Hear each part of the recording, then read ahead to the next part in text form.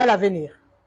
Les partis politiques, Réagir, Gabon Nouveau, l'Union nationale, le PRC, le Morena, l'ADER, le PLC, le PARI et les organisations de la société civile, COTED, le COPIL citoyen, la dynamique unitaire, se sont réunis en vue de se mettre au service de l'intérêt supérieur de la nation dans une unité de réflexion collective ce samedi 9 février 2024 au siège du parti Réagir.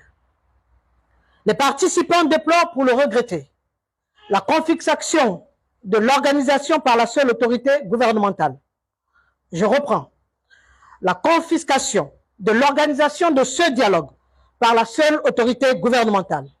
Ils déplorent également l'absence de transparence à ce jour sur les préparatifs du dialogue national dont la date ni les termes de référence à 3 semaines du mois d'avril n'est toujours pas connue.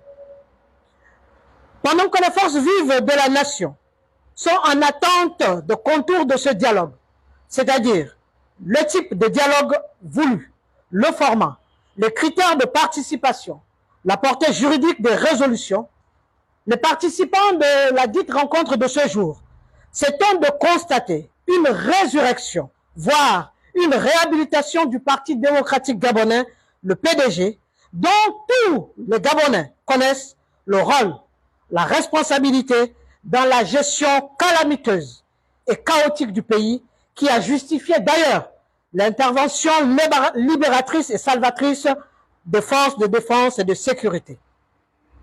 Veut-on encore nous imposer à ce dialogue la présence néfaste de certains acteurs dont nous connaissons le rôle, la responsabilité néfaste et criminelle dans la gestion du pays au cours des 14 dernières années, à savoir les crimes politiques, économiques, rituels, pour lesquels aucune enquête n'a jamais été diligentée. Par conséquent, en dépit du caractère inclusif voulu, le peuple refuse et ne peut donc pas accepter de dialoguer avec ces bourreaux d'hier, qui n'ont toujours pas fait œuvre de contrition et de repentance, en affichant la même arrogance, condescendance qui les a toujours caractérisés. Le nouveau Gabon se construit maintenant, dans l'espérance d'un dialogue national souverain, républicain et transparent, qui impactera la construction des 50 prochaines années du Gabon. Les participants posent les préalables ci-après.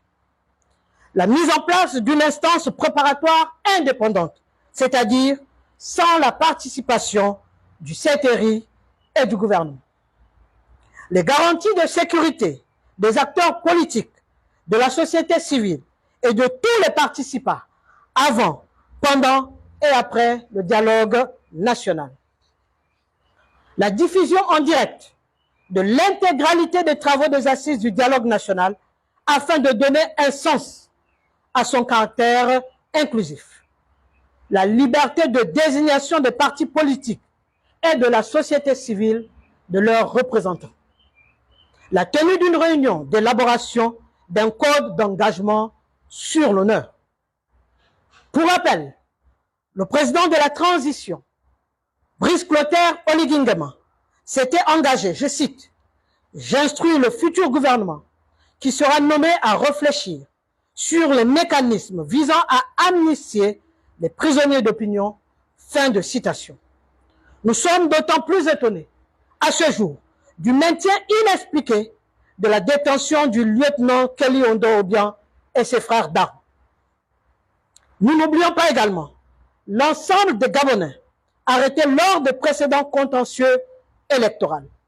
La parole du militaire l'engage.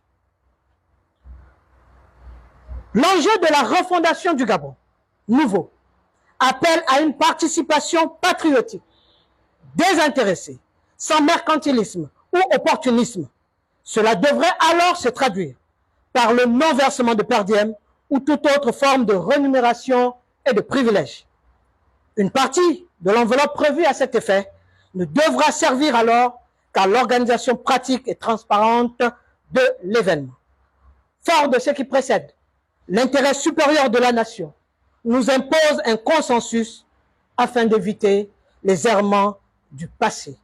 Vive le Gabon souverain, vive la République. Je vous remercie. Fait à Libreville, le 9 mars 2024.